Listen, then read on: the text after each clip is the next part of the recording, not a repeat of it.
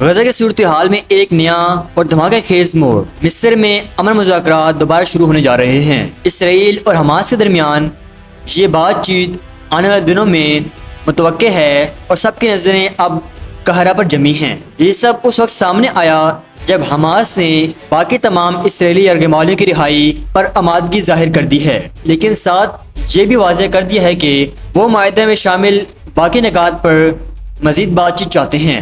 Hamas پر دباؤ بڑھتا رہا تھا کہ امریکی صدر ٹرمپ کے امن منصوبے کے کچھ نکات کو قبول کریں، اور اب یہ دباؤ رنگ لاتا دکھائی دے رہا ہے کیونکہ یرغمالیوں کی رہائی پر ہاں ہو گئی ہے۔ لیکن ناظرین، اصل رکاوٹیں بھی باقی ہیں۔ سب سے بڑی شرط یہ ہے کہ حماس غیر مسلح ہو۔ اس کے بعد فلسطینی علاقوں سے اسرائیلی افواج کے انخلاء کے لیے ایک ٹائم لائن طے ہو، اور سب سے اہم بات یہ ہے کہ اسرائیل اس کی ضمانت دے کہ یرغمالی کی رہائی کے بعد دوبارہ جنگ شروع نہیں کرے گا اور غزہ پر پھر سے حملہ نہیں ہوگا۔ یہ سب کچھ تب ہو رہا ہے جب غزہ سٹی پر اسرائیلی فضائی حملے جاری ہیں، حالانکہ ٹرمپ نے خود اسرائیل سے بمباری روکنے کا مطالبہ کیا تھا۔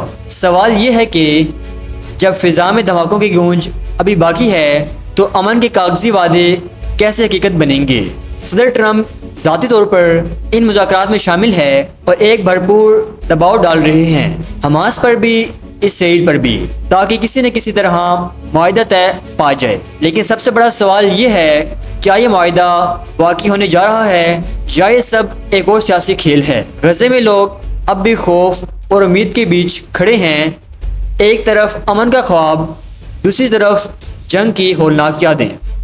اب دیکھنا یہ ہے کہ قاہرہ کے یہ مذاکرات تاریخ بدلتے ہیں یا پھر سب کچھ ایک بار پھر سے وہیں آ کر کھڑا ہوتا ہے جہاں سے یہ شروع ہوا تھا۔